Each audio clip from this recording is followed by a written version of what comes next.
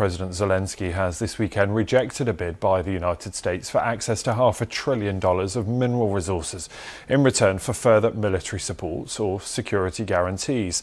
In an interview with the broadcaster NBC, Mr. Zelensky questioned whether minerals in areas currently held by Russia might be handed over to President Putin.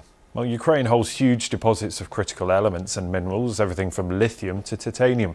It also has sizable coal deposits, as well as oil, gas and uranium. But much of this is in territories that are currently under Russian control. Well, let's speak to Robert Mugger, who's the founder of IGA-RAPE, the institute. He joins me now from Munich, where he's been attending that conference. Good to have you here. And talk to me, first of all, about Ukraine's position in the world mineral market. What has it got and why does America want it? Well, good to be with you. I mean, the first thing to say is that Ukraine is a critical mineral superpower. It's got about 117 of the 120 minerals that are desired by countries around the world, many of which are desired by the United States and the European Union, and has, as you said, an abundance of hydrocarbons, oil and gas, especially coal, but also things like titanium, iron, lithium, rare earths, all minerals that are highly sought after in the rush for the green transition, as well as for aerospace and defense.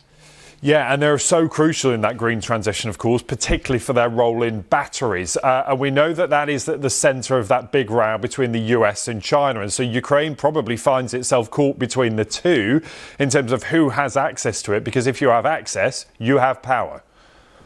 Well, that's right. I mean, we estimated back in 2022 that Ukraine had something in the order of $26 trillion worth of deposits. The big challenge, though, is not only are those not fully developed, but about 20 to 30% of those back in 2022 were in Russian-occupied areas. And so while Ukraine has an abundance of many of these kinds of minerals that are being sought after, especially, as you say, for electric vehicles as well as for defense systems, a lot of these aren't yet developed or are only partially developed. And that was an issue that was actually being addressed before the war started, but the Russian-Ukraine war actually slowed down the auctions that were being planned by the European Union at the time.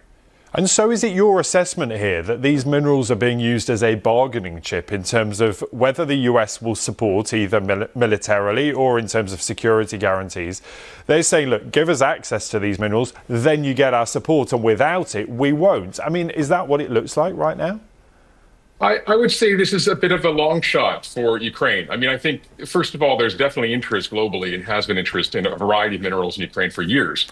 But right now, I think what Ukraine desperately seeks is more economic entanglement with the United States, especially in those areas that are occupied by Russia or those areas that are adjacent, as well as security guarantees so that there's a long-term investment from the United States in Ukraine.